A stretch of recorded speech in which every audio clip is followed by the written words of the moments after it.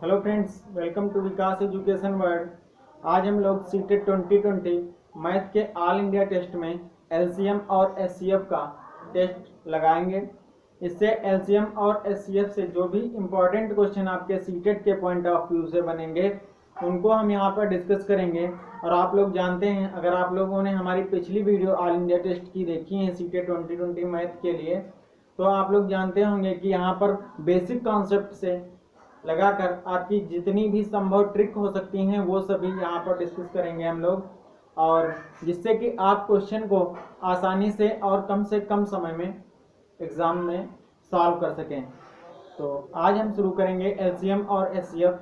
अगर आप हमारे चैनल पर नए हैं तो प्लीज़ चैनल को सब्सक्राइब कर लें, बेल आइकन को दबा लें, जिससे जो भी आपका इससे रिलेटेड वीडियो अपलोड हो उसका नोटिफिकेशन आप तक सबसे पहले पहुँचे। तो चलिए शुरू करते हैं। और प्लीज़ वीडियो को लाइक और कमेंट जरूर कर दिया करिए, लाइक जरूर कर दिया करिए और अपने दोस्तों तक अगर हो सके तो शेयर कर दिया करिए। चलिए शुरू करते हैं। आज का फर्स्ट क्वेश्चन है आपका, तो आज का फर्स्ट क्वेश्चन है संख्याओं 4, 20 और 28 के एचसीएफ तथा एलसीएम का योग क्या है। तो हम लोग जानते हैं एचसीएफ और एलसीएम निकालना कैसे हम लोग निकालते हैं। तो चलिए शुरू करते हैं। पहले हम एलसीएम निकालेंगे 4, 20, 28 का एलसीएम।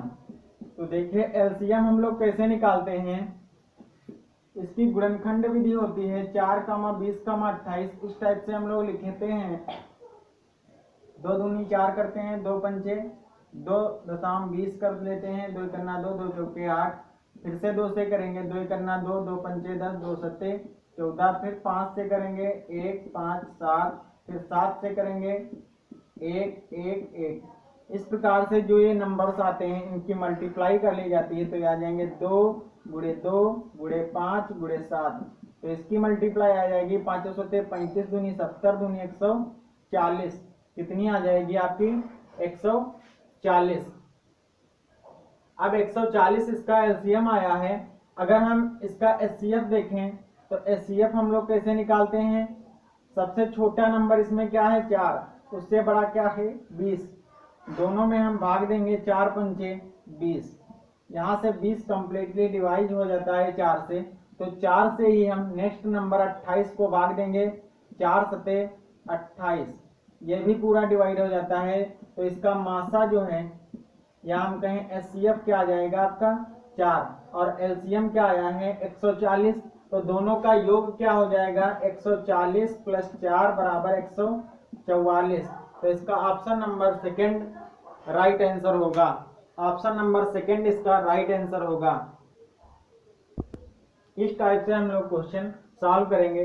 अगर आपको एलसीएम निकालने का और तरीका आता है, जैसे ये वाला तरीका होता है जो सबसे इसमें बड़ा नंबर हो, जितने भी नंबर दिए गए हों उसमें जो सबसे बड़ा नंबर हो उसका हम लोग टेबल पढ़ते हैं या उसके हम लोग गुणज निकालते हैं। जैसे 28 है इसमें सबसे बड़ा नंबर, तो 28 से करना 28, 28 दूनी 56। देखेंगे कि इसके गुणज में ऐसा कौन सा गुणज होगा जो कि 20 और 4 से भी डिवाइड होगा। तो 28 दूनी 56 हो जाएगा, 28 तियाँ 3 और 24 और 3 दूनी 6 और 1 6 और 2 8, ये 84 हो जाएगा। 28 तियाँ करेंगे तो 3 और 24 84 हो गया। 28 चौके करेंगे तो 4 और 32, 3 आया 4 दूनी 8 3 11। ये भी नहीं मिलेगा आपका 20 में।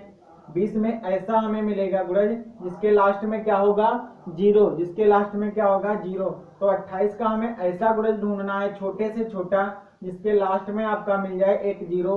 तो देखिए 28 पंचे जब हम करेंगे तो ये आपका आ जाएगा 5 और 8 40, 5 दूनी 10 और 4 14। और 140 जो आया है इसको हम लोग 20 से भी डिवाइड कर सकते हैं, 20 सत्ते 140 और 4 से भी इसे हम डिवाइड कर सकते हैं, 4 तियाँ 12, 4 पंचे 20। इस प्रकार से 140 यहाँ से हम मासा डायरेक्ट निकाल सकते हैं, ये पूरा प्रोसेस किए बिना।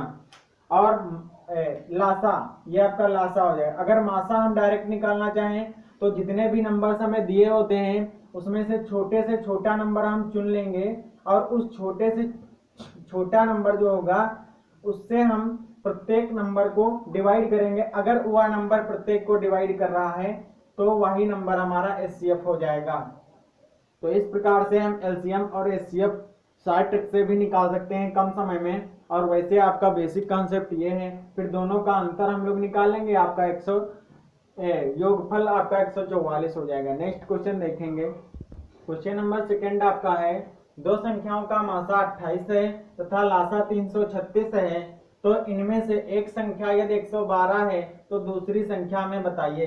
तो इसका आप लोग डायरेक्ट फार्मूला जानते होंगे, लासा गुणे मासा बराबर पहली संख्या गुणे दूसरी संख्या, ये इसका डायरेक्ट फार्मूला होता है। आप लोग सोच रहे होंगे बहुत इजी क्वेश्चन है, तो अभी हम इनका लेवल बढ़ाएंगे। इस क्वेश्चन के बाद आप लोग देखेंगे थोड़ा टफ क्वेश्चन।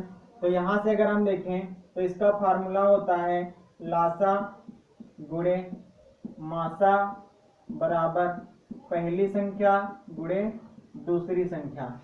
तो इस प्रकार से हम यहाँ लासा रखेंगे, तो लासा है आपका 336 गुणे मासा कितना है 28 बराबर पहली संख्या है आपकी 112, तो हमें सेकंड नंबर ज्ञात करना है।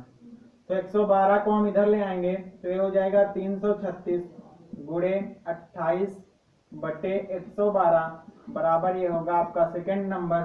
यहाँ से अगर हम डिवाइड करेंगे तो देखिए 112 336 हो जाएगा आपका।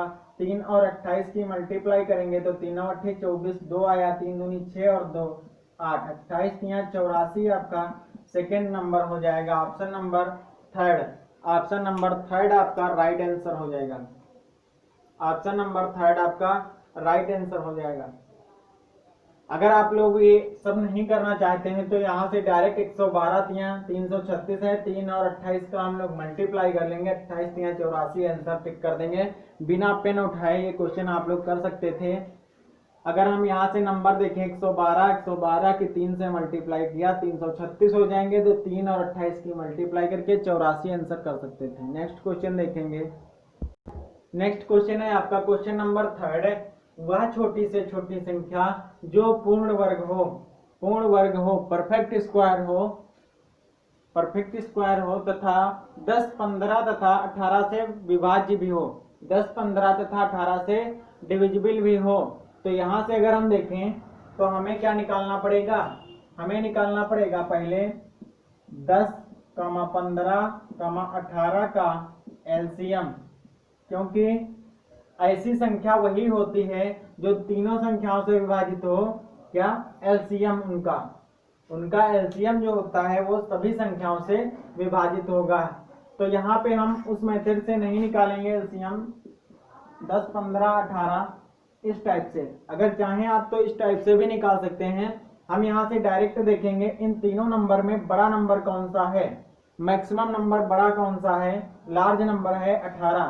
कितना है 18। तो अब हम 18 के गुणज ढूंढेंगे, ऐसा गुणज ढूंढेंगे कि जो कि 15 और 10 से डिविजिबल हो।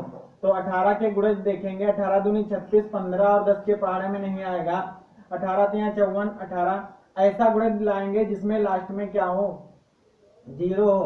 तो देखिए ऐसा कौन सा होगा, 18 पंचे 90 होगा, 18 पंचे 90 जिसमें लास्ट में आपका 0 होगा, लास्ट में आपका 0 होगा। अब देखेंगे 10 से 90 चला जाएगा और 15 से भी 90 डिवाइड हो जाएगा, तो 90 इसका जो है 90 आपका क्या हो जाएगा, 90 आपका इन तीनों का एलसीएम हो जाएगा, 90 आपका इन तीनों का एलसीएम हो जाएगा। यहाँ पे एक नंबर छूट गया है, यहाँ पे 12 भी है, 10 के बाद में यहाँ पे क्वेश्चन में 12 भी है, 10, 12, 15, 18 ये 4 नंबर थे, एक नंबर छूट गया था, 10, 12, 15 ये 4 नंबर हैं इसमें, और इसके ऑप्शन है हाँ ठीक है। ये आपका आया है सीटेट जनवरी 2012 में, सीटेट जनवरी 2012 में ये क्वेश्चन आया हुआ है। तो यहाँ से अगर अब हम एलसीएम देखेंगे तो यहाँ पे हमारा एक नंबर और आया है 10, 12, 15 और 18। तो ऐसा नंबर अब हम ढूंढेंगे जो कि 15 और 12 के भी पहाड़ा में आए और 18 का मल्टीपल हो।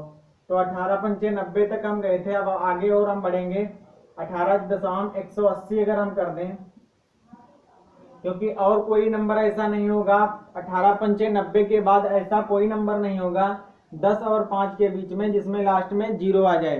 तो 18 पंचे या तो 90 हम करें या तो 18 दशा हम 180 करें, तभी हमारा लास्ट में दोनों में 0 मिलेगा। बाकी ऐसा कोई नंबर नहीं होगा जिसमें 0 आएगा। तो 90 हो नहीं सकता, क्योंकि 90 12 के पहाड़े में नहीं आएगा। तो आपका 180 आप इसका एलसीएम हो जाएगा 180। लेकिन हमें ऐसा एलसीएम निकालना है जो कि पूर्ण वर्ग हो, जो कि क्या हो, पूर्ण वर्ग हो, ऐसी संख्या निकालनी है। तो अब हम 180 का ऐसा मल्टीपल ढूंढेंगे, इसको एक ऐसे नंबर से गुणा करेंगे कि उसका गुणनफल आपका पूर्ण वर्ग बन जाए। तो ऐसा गुणनफल अगर हम देखें तो यहाँ से अगर 1 से मल्टीप्लाई करेंगे तो 180 रहेगा, 2 से करेंगे 360 हो जाएगा, 3 से करेंगे तो 540 हो जाएगा, 4 से करेंगे 720 हो जाएगा, 5 से करेंगे आपका 900 हो जाएगा। जहां ही 900 आया, आप लोग देखते होंगे 30 का स्क्वायर है, 30 का स्क्वायर है, तो आपका 900 एक ऐसा हो जाएगा नंबर, छोटी से छोटी संख्या हो जाएगी जो कि पूर्ण वर्ग होगी और 10, 12, 15 और 18 से विभक्त भी होगी। 10, 12, 15 से विभक्त भी होगी और आपकी पूर्ण वर्ग भी होगी। तो 900 एक ऐसा नंबर होगा। नेक्स्ट क्वेश्चन हम लोग देखेंगे। नेक्स्ट क्वेश्चन है, हम किसी संख्या को संपूर्ण संख्या कहते हैं यदि यह संख्या इसके सभी धनात्मक गुणनखंडों के संख्या को छोड़कर योग के बराबर हो। जैसे एक 28 आपकी संपूर्ण संख्या है, तो 28 के अगर हम गुणनखंड देखें तो 1, 2, 4, 7, 14 होते हैं। अगर इनका योगफल हम निकालें तो उसी संख्या के बराबर आता है। तो ऐसी संख्याओं को हम संपूर्ण संख्या या परफेक्ट नंबर कहते हैं, या इन्हें क्या कहा जाता है, परफेक्ट नंबर। परफेक्ट नंबर कहा जाता है। संपूर्ण संख्या ऐसी संख्याएं जिनके गुणनखंडों का योग अगर हम निकालें उस संख्या को छोड़कर अगर उनके सभी गुणनखंडों का योग हम निकालें तो अगर वो योग उसी संख्या के बराबर आ जाता है तो उस संख्या को संपूर्ण संख्या कहा जाता है। तो आपको बताना है इनमें से कौन सी संख्या संपूर्ण संख्या है, इनमें से कौन सी संख्या संपूर्ण संख्या है। तो आपका ऑप्शन नंबर इसमें हो जाएगा 6। ऑप्शन नंबर सेकंड जो 6 लिखा है ये आपका राइट आंसर होगा। देखिए 6 के अगर हम गुणनखंड करेंगे तो आएगा 1, 2, 3 और कुछ नहीं आएगा, लास्ट में 6 आएगा। लेकिन 6 को हमें नहीं जोड़ना है, केवल इस संख्या को छोड़कर जितने बाकी के बचे हैं उन गुणनखंडों का योग अगर हम करेंगे तो ये योग क्या आ जाएगा, इनका योग हम करेंगे तो 3 और 2 1 और 3 और 3 6 आ जाएगा। तो ये इस संख्या के बराबर है, इसलिए ये जो 6 संख्या होगी आपकी, तो ये 6 आपकी संपूर्ण संख्या हो जाएगी या परफेक्ट नंबर हो जाएगा। आप लोगों को बता दें, आप लोग नोट कर लें कि जो एक अंक की संख्या होती है संपूर्ण संख्या, वो केवल और केवल एक 6 ही है जो कि संपूर्ण संख्या है। अगर हम 2 अंकों की संपूर्ण संख्या कहें तो वो केवल और केवल आपकी 28 है। 2 अंकों की संपूर्ण संख्या, 2 अंकों की, इस टाइप से भी आपसे क्वेश्चन पूछ सकता है कि 2 अंकों की संपूर्ण संख्या कौन सी है। तो आपकी ये हो जाएगी 28। 28 के गुणनखंड जैसे अगर हम करें तो हो जाएंगे 1, 2, 4, 7, 14। अगर हम इनको लास्ट में इसका 28 भी होगा, लेकिन 28 को हम नहीं काउंट करेंगे, इनको अगर हम जोड़ते हैं तो इसका योगफल आपका 28 ही आता है, इसलिए 28 को हम संपूर्ण संख्या कहते हैं। आई होप कि आप लोगों को संपूर्ण संख्या का कॉन्सेप्ट समझ में आ गया होगा कि अगर एक अंक की आपसे संख्या कोई संपूर्ण पूछे तो वो केवल और केवल 6 है आपकी। 2 अंकों की अगर कोई संपूर्ण संख्या आपसे पूछे तो वो केवल और केवल 28 है। नेक्स्ट इसकी 3 अंकों की है शायद 496 इसकी नेक्स्ट है संख्या, संपूर्ण संख्या 3 अंकों की। अब हम लोग देखेंगे अगला क्वेश्चन।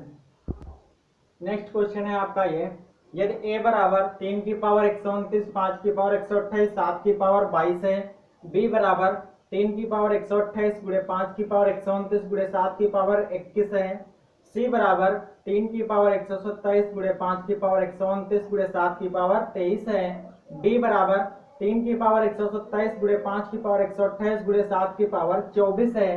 तो अब हमें ए बी सी और डी का मासा ज्ञात करना है। तो ए बी सी डी का मासा क्या होगा? तो जब भी कभी आपको पावर्स में नंबर दी हो, जब भी कभी आपको पावर्स में नंबर दी गई हो,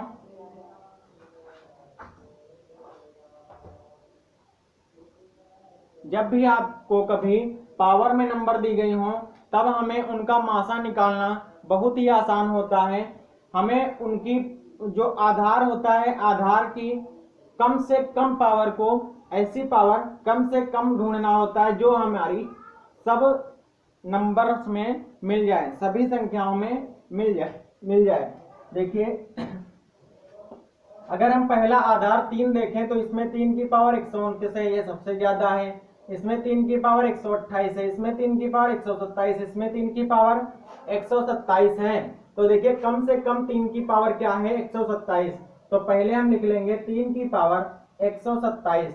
नेक्स्ट आते हैं अब हम 5 आधार पर। तो 5 की पावर यहाँ 128 है, यहाँ 129 है, यहाँ 129 है, यहाँ 128 है। तो इसकी कम से कम पावर है 5 की 128 गुणे, अगर हम 7 की पावर देखें कम से कम, तो 7 की पावर है आपकी 21। तो यही आपका मासा हो जाएगा। ऑप्शन नंबर बी आपका राइट आंसर होगा। Option number B. यहाँ कुछ नहीं करना होता है, ना कोई कैलकुलेशन, बस केवल हमें कम से कम वाली पावर उठा के रखनी होती है, बस वही हमारा मासा हो जाता है। नेक्स्ट क्वेश्चन हम लोग देखेंगे। देखिए नेक्स्ट क्वेश्चन है आपका अभाज्य संख्याओं x और y, x is greater than y का लघुत्तम समापवर्त 161 है। इनका लासा दिया गया है 161। तो हमें मान ज्ञात करना है 3y माइनस एक्स का। 3y माइनस एक्स की वैल्यू हमें फाइंड करनी है। तो देखिए जो अभाज्य संख्याएं होती हैं, जो अभाज्य संख्याएं होती हैं, उनका जो लासा होता है वो उनका गुणनफल ही होता है। जैसे अगर आपसे कह दे कोई 3 और 11 का लासा बताइए, तो आप कहेंगे 33 होता है। तो ये क्या है? 11 तिया 33, 11 और 3 की मल्टीप्लाई है। इसी प्रकार से अगर कोई आपसे कह दे 7 और 23 का लासा बताइए, 7 और 23 का लासा बताइए, तो आप क्या करेंगे? 7 तिया 21, 7 दूनी 14, 1 14 और 2 16, 161 क्या हो जाएगा आपका? ये आपका लासा हो जाएगा। इस प्रकार से आप जो अभाज्य संख्याएं होती हैं उनका लासा उनका गुणनफल होता है। तो यहां से अगर हम देखें तो इनका x का y का जो कि कैसी संख्या है? अभाज्य संख्या है। इनका लासा क्या हो जाएगा? x इंटू वाई, और इसकी वैल्यू दी गई है आपकी 161। अब हम 161 को ऐसी दो संख्याओं में, अभाज्य संख्याओं में तोड़ेंगे जो कि उनका गुणनफल क्या हो? आपका 161 हो जाए। तो यहां से अगर हम इसे 7 से डिवाइड करेंगे तो आ जाएगा 7 दूनी 14 और 7 त्रिक 21।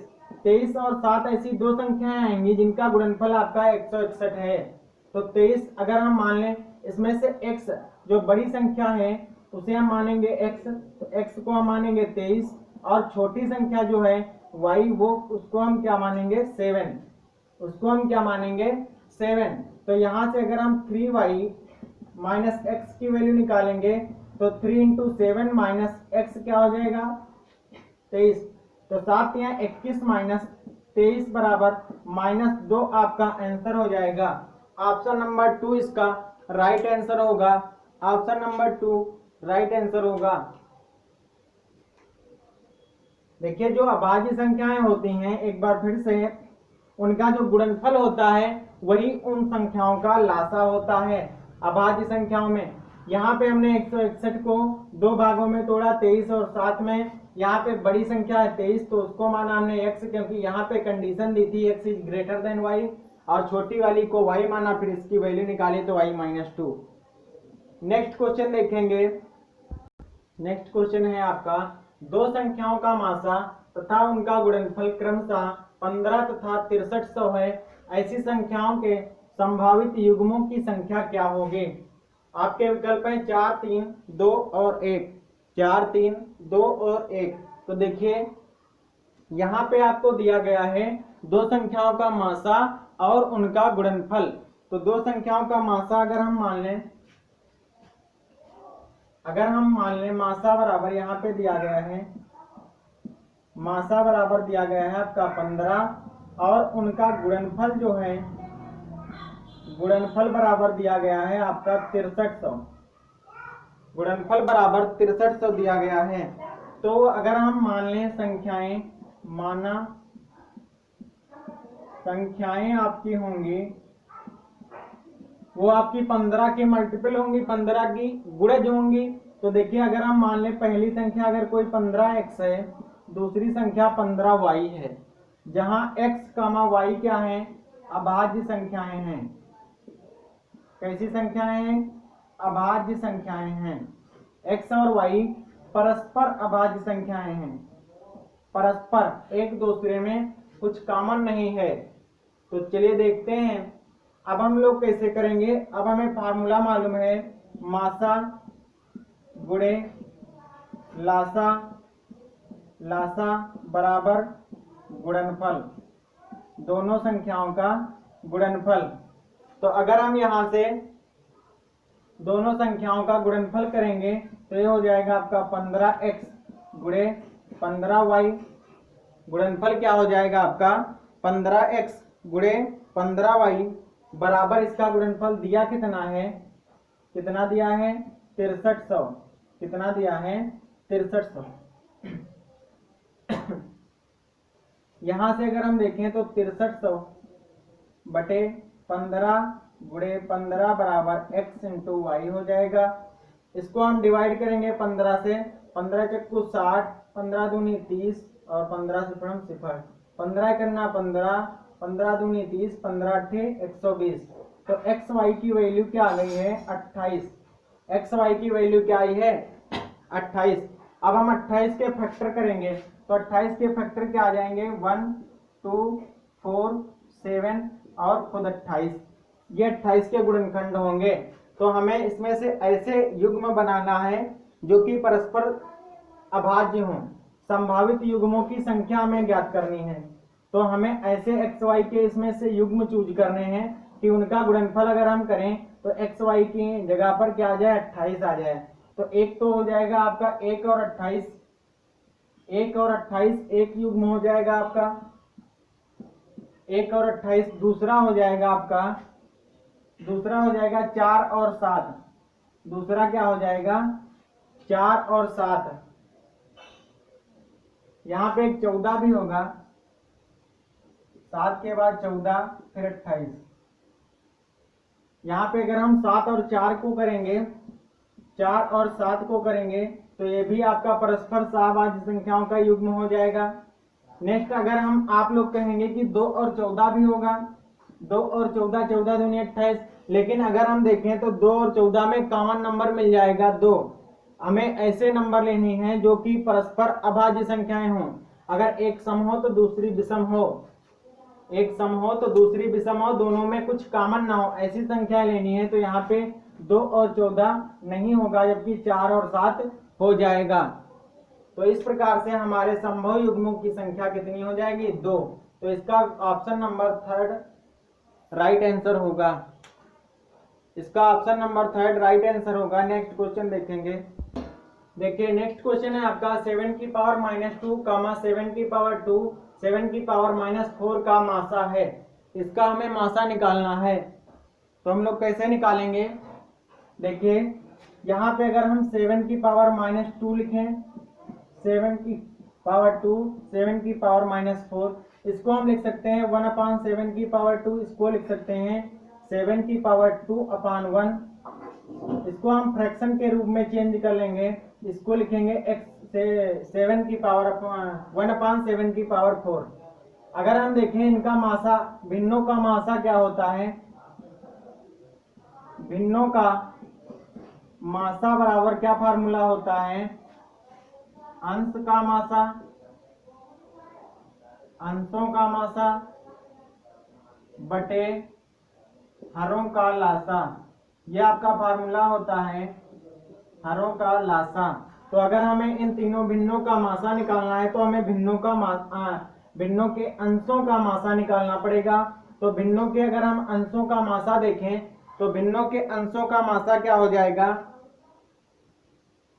अगर हम देखें यहाँ पे 1 है, यहाँ पे 7 की पावर 2 है, यहाँ पे 1 है, तो इसमें देखें अगर हम सबसे छोटी संख्या कौन सी है, सबसे छोटी संख्या जिससे सभी संख्याएं डिवाइड हो जाएं, तो इसमें सबसे छोटी संख्या हमने देखा है 1, तो इसका मासा क्या हो जाएगा 1।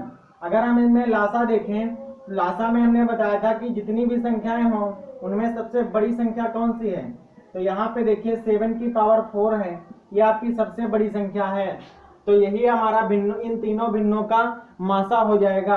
अगर हम इसको सिंपल भाषा में लिखेंगे तो इसको हम लिख सकते हैं 7 की पावर -4, और यही हमारा आंसर हो जाएगा 7 की पावर -4।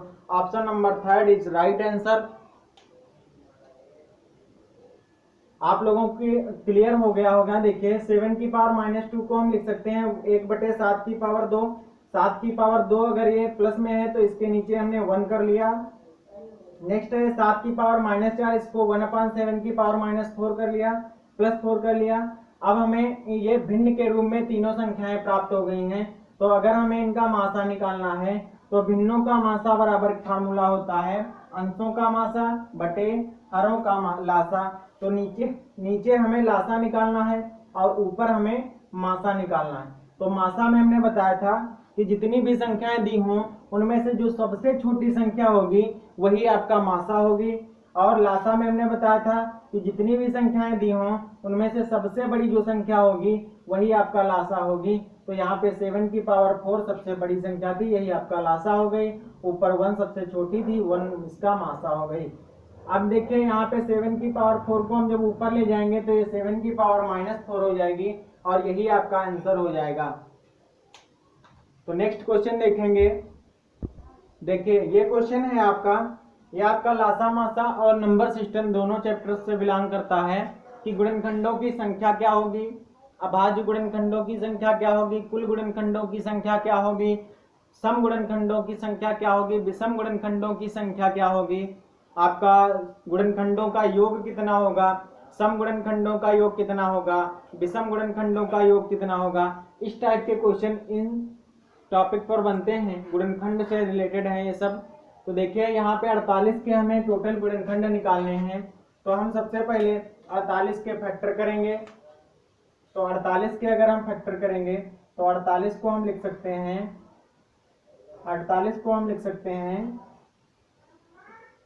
16 गुणे 3, 16 3 48, 16 3 48 लिख सकते हैं। आप ऐसे भी कर सकते हैं, 2 से करें 24, फिर 2 से करें 12, फिर 2 से करें 6, फिर 2 से करें 3, फिर 3 से करें, ऐसे। यहाँ पे अगर हम देखें तो डायरेक्ट ये हो जाता है। 16 को हम लिख सकते हैं 2 की पावर 4 गुणे 3 को हम लिख सकते हैं 3 की पावर 1। ये आपका प्राइम फैक्टराइजेशन हो गया। यहाँ पे अभाज्य गुणनखंड निकल आए हैं। तो यहाँ पे 2 की पावर 4 है और 3 की पावर 1 है। तो अगर हमसे यहाँ से पूछे कुल गुणनखंडों की संख्या अगर हमसे निकालने को कहे तो हो जाएगी, जितनी पावर हो उसमें 1 ऐड कर देंगे, 4 में 1 ऐड कर देंगे, 3 में 1 चिड़ी है पावर तो 1 में 1 ऐड कर देंगे और इनकी मल्टीप्लाई कर लेंगे, 4 1 5 गुणे 1 1 2। तो इनके कुल गुणनखंडों की संख्या क्या आ जाएगी 10। अगर ये पूरा कॉन्सेप्ट आप लोगों को समझना है तो हमारा जो एनटीपीसी या ग्रुप डी का जो बैच चल रहा है उसमें हमने शायद सेकेंड क्लास में हमने ये चीजें डिस्कस की हैं कि गुणनखंडों का योग क्या होता है, गुणनखंडों की संख्या क्या होती है, पूर्ण वर्ग गुणनखंड क्या होते हैं। अगर आप विस्तार से इसका कॉन्सेप्ट बेसिक और एडवांस दोनों समझना चाहते हैं तो आप वहां क्लास में जाकर वीडियो वो वाला देख सकते हैं। तो यहाँ पे आपके कुल गुणनखंडों की संख्या कितनी हो गई है 10। कुल गुणनखंडों की संख्या कितनी हो गई है 10। आपका ऑप्शन नंबर 2 राइट होगा। नेक्स्ट अगर हम इसका क्वेश्चन देखें, इसी पर आधारित क्वेश्चन आपसे कह रहा है 50 के सभी गुणनखंडों का योग बताइए। 50 के सभी गुणनखंडों का योग बताइए। ये आपका क्वेश्चन नंबर 9 है। 50 के सभी गुणनखंडों का योग बताइए। इसमें ऑप्शन दिए हैं 65 74, 65 74 93 95। आपको बताना है गुणनखंडों का योग। तो पहले हम 50 के गुणनखंड करेंगे। इसको हम लिख सकते हैं 25 दूनी 50। 25 को हम लिख सकते हैं 5 की पावर 2, 2 को लिख सकते हैं 2 की पावर 1। अगर आप चाहें तो 50 से इस टाइप से भी कर सकते हैं, 2 दूनी 4 25, फिर 5 से भाग देंगे 55 25 5 एकन्ना, और इस टाइप से लिख सकते हैं। तो यहाँ पे देखिए, अगर हमें इनके गुणनखंडों का योग निकालना है तो कुल गुणनखंडों का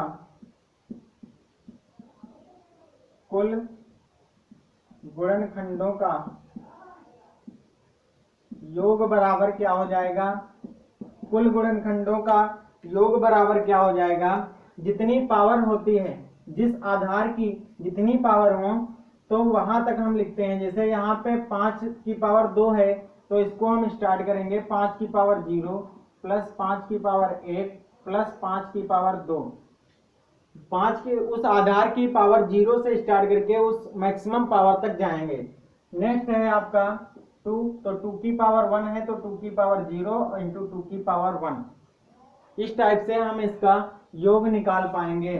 तो यहाँ 5 की पावर 0 1 हो जाएगा, प्लस 5 की पावर 1 5 हो जाएगा, 5 की पावर 2 25 हो जाएगा, गुणे इधर 1 हो जाएगा 2 हो जाएगा, जोड़ लेंगे 5 25 और 5 30 और 1 31, गुणे इधर हो जाएगा 3, मल्टीप्लाई कर लेंगे, ये आपका हो जाएगा 93। 93 इसका राइट आंसर होगा option number C. Option number C इसका राइट आंसर होगा 93। नेक्स्ट अगर हमसे यहाँ पे कहें सम गुणनखंडों का योग बताइए, विषम गुणनखंडों का योग बताइए, तो आप इन सब चीजों को सीखने के लिए आप हमारा जो बेसिक से मैथ चल रही है उसमें जाके प्लेलिस्ट में जाके एनटीपीसी और ग्रुप डी की जो मैथ चल रही है उसमें इसका कॉन्सेप्ट पूरा क्लियर कर सकते हैं आप लोग। नेक्स्ट क्वेश्चन हम लोग देखेंगे। देखिए, ये आपका लास्ट क्वेश्चन है इस वीडियो का। कह रहा है 64 के सभी गुणनखंडों का योग क्या होगा जो 4 के गुणज हैं। हमें टोटल गुणनखंडों का योग नहीं निकालना है, हमें ऐसे गुणनखंडों का योग निकालना है जो 4 के गुणज हैं। तो ऑप्शन आपके सामने है, वीडियो पॉज करिए और क्वेश्चन सॉल्व करिए। जो लोग नहीं कर पाएंगे देखिए कैसे हम लोग करेंगे। 64 के हम पहले गुणनखंड निकालेंगे। तो 64 के अगर हम गुणनखंड निकालेंगे तो यहाँ से देख लेंगे कौन कौन होंगे। 1 होगा, 2 होगा, 3 नहीं होगा, 4 होगा, 5 नहीं होगा, 6 नहीं होगा, 7 नहीं होगा, 8 होगा, फिर 9 नहीं होगा, 10 नहीं होगा, 11 12 13 14 15 16 होगा।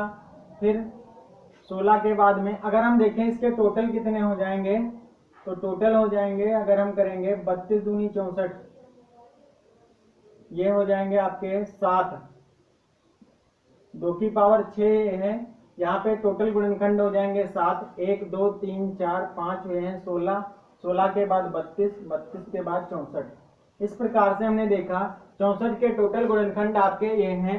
अगर हमें हमसे कह रहा कि 4 के गुणज जो हैं उनका योग बताइए, तो यहाँ पे 1 और 2 को हम लोग छोड़ देंगे, बाकी ये जितने फैक्टर हैं ये आपके सारे 4 के गुणज हैं। इनका अगर हम योग करेंगे तो देखिए 8 और 4 12, 8 4 4 प्लस 8 प्लस 16 प्लस 32 प्लस 64। इस प्रकार से अगर हम इनका योग करेंगे तो हो जाएगा 8 4 12, 12 6 18, 18 10 28, 2 30, 30 60, 60 और 64 को जोड़ेंगे, 60 और 64 को जोड़ेंगे ये हो जाएंगे 124। 124 इसका राइट आंसर होगा ऑप्शन नंबर 1। ऑप्शन नंबर 1 इसका राइट आंसर होगा। तो आप लोग कमेंट बॉक्स में जाके जरूर बताएं कि आप लोगों को क्लास कैसी लगी। प्लीज एक लाइक जरूर करें, बिल्कुल फ्री में ना पढ़ा करें, कम से कम एक लाइक और एक कमेंट जरूर कर दिया करिए। तो अगर वीडियो पसंद आई हो तो लाइक जरूर करें। अगर आप हमारे चैनल पर नए हैं तो प्लीज चैनल को सब्सक्राइब कर लें और बेल आइकन को दबा लें, जिससे जो भी नई वीडियो अपलोड हो उसका नोटिफिकेशन आप तक जरूर पहुंचे। तो इस क्लास में इतना ही, मिलते हैं नेक्स्ट क्लास में, तब तक के लिए थैंक यू।